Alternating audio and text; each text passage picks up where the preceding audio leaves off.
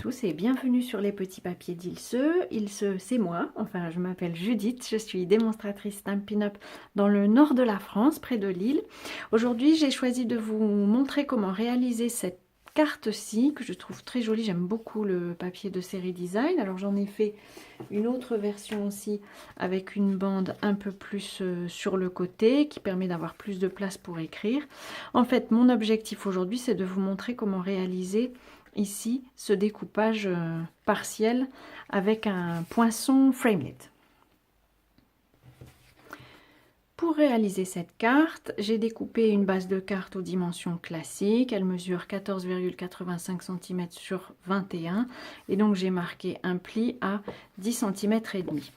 Quand je la plie comme d'habitude, voilà la forme qu'elle a. Ceci est l'extérieur et voici l'intérieur. Avec la forme particulière qu'a notre carte, en fait, nous allons tamponner sur ce volet-ci. J'ai choisi de à nouveau faire une carte. Alors, j'ai fait deux tailles de cartes. Celle-ci a été pliée au milieu et puis là un peu plus sur la droite. C'est parfait pour avoir de la place pour écrire, mais je préfère quand même sur le devant la répartition de cette carte-ci, sachant qu'on a tout cet espace-ci pour écrire. Donc, je vais renouveler cette mesure-ci. Alors, pour cela, on va simplement marquer un trait à 5,25 cm. Donc, c'est la moitié d'une face. Voilà.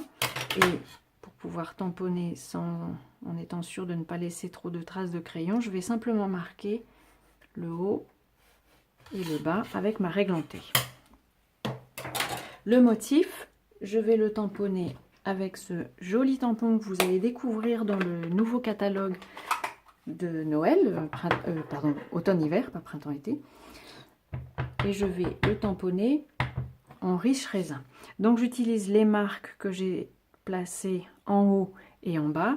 Et je vais placer mon motif entre ces lignes pour qu'il soit à peu près vertical. Voilà. Et voici le motif qu'on a. Avec ce set de tampons, on a aussi un lot de poinçons qui permet de découper la forme qu'on a ici. Alors, avec la forme particulière de notre carte, je vais essayer de vous rapprocher. Avec la forme particulière de notre carte, nous allons en fait découper seulement un côté de ce motif.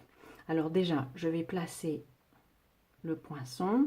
Alors pour être sûr qu'il ne bouge pas après dans mes manœuvres, j'ai placé un peu de papier, en fait c'est de l'adhésif de peintre, vous savez celui qu'on utilise pour repeindre les boiseries par exemple et qu'on place sur les côtés pour ne pas devoir ensuite nettoyer la vitre par exemple. Et donc c'est un adhésif que j'ai du coup un peu collé sur ma peau pour qu'il colle un peu moins et être sûr qu'il ne déchire pas mon papier. Ce papier, cette carte, je vais ensuite la placer dans le sandwich habituel pour la passer dans la Big Shot. J'ai ma plateforme basique, je place ma plaque du dessous et en fait c'est ce côté-ci qu'on va découper, mais on ne veut pas découper ce côté-là. Donc je vais en fait placer ma plaque supérieure de telle manière que vous voyez la ligne qu'on avait placée, qu'on avait marqué là tout à l'heure. En fait, je vais placer, moi j'ai des plaques qui sont un peu biseautées. Donc je vais placer le bord de ce biseau. En fait, je vais mettre à peu près le milieu du biseau sur la ligne que j'ai tracée. Et je vais passer ça à la Big Shot. Je suis revenue avec la Big Shot. Donc j'ai, comme je vous disais, placé la plaque de ce côté-ci, du côté que je veux découper. Et je l'ai arrêtée un tout petit peu plus loin puisque ma plaque est biseautée, que la ligne. Si votre plaque n'est pas biseautée, il me semble que ça existe, où vous arrêtez pile à la ligne. Et ensuite, je la passe comme ça, en faisant bien attention que ça ne glisse pas, dans la Big Shot.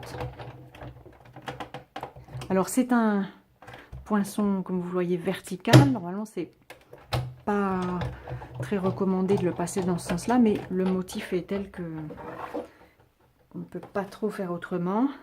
Et donc, je vous montre la carte. On a bien, si je décolle mon poinçon délicatement, il a quand même été passé dans la presse, donc l'adhésif colle un peu. Il faut le retirer délicatement pour ne pas déchirer le papier. Voilà. on a bien un côté qui est perforé et l'autre qui ne l'est pas. Alors j'ai quelques traces, mais je vais pouvoir les cacher avec mes autres motifs. L'étape suivante de cette carte, c'est qu'il va falloir terminer le pli et le marquer véritablement. Alors nous avions fait des traces au crayon, je vais pouvoir les gommer. Nous n'en avons plus besoin. Et je reprends mon coupe-papier. Et je vais placer du coup le papier aux mêmes dimensions que celle de ma découpe, à 5,25 cm. Voilà. Je vais faire mon pli ici jusqu'à la découpe. Et à nouveau en bas jusqu'à la découpe. L'idée, c'est qu'il ne faut pas plier le motif, sinon on perd tout l'effet qu'on vient de faire. Je peux ensuite marquer ce pli, le terminer, et voilà, on a notre carte avec cette forme de découpe partielle. Pour continuer la décoration de ma carte, j'ai découpé dans ce joli papier de série design, pardon, que vous découvrirez également dans le nouveau catalogue et que je trouve juste superbe. Il a un petit effet nacré qui va être extraordinaire. Et donc je l'ai découpé à la même hauteur que ma carte, c'est-à-dire 14,85 cm. Et je l'ai découpé à une largeur de 5,5 cm, c'est-à-dire un peu plus que notre volet qui va s'ouvrir pour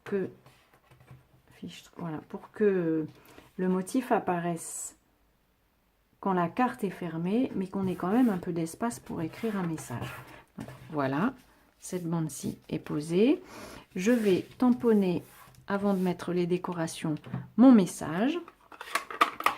De la même manière, c'est un message qui vient du set de tampons et que je vais tamponner en fruit des bois. J'ai choisi de remettre le même texte, c'est-à-dire nos souhaits les plus chaleureux, que je vais pouvoir poser sur mon petit bloc. Alors je vais être très courageuse et essayer de le tamponner droit. En fait, mon repère, c'est que la ligne ici est à peu près horizontale et donc c'est elle que j'essaye de placer de la façon la plus horizontale possible.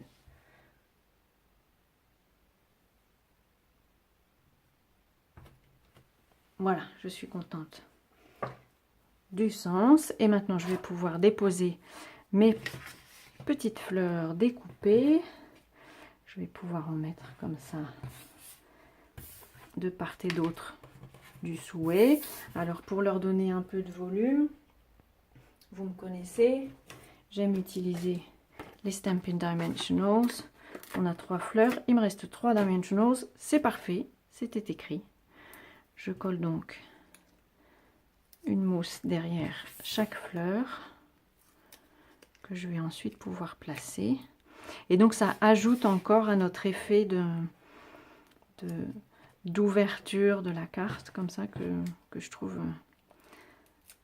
assez joli. Ça fait son effet. Je pense que je vais mettre celle-ci plutôt dans ce sens-là. Et la dernière sur le dessus, peut-être, voilà, orientée différemment. Voilà, notre carte est terminée. J'espère que cette technique vous aura inspiré. Si c'est le cas, montrez-moi, envoyez-moi vos photos. Je vous souhaite une belle journée créative et comme toujours, je vous dis à très bientôt sur les petits papiers d'Ilse.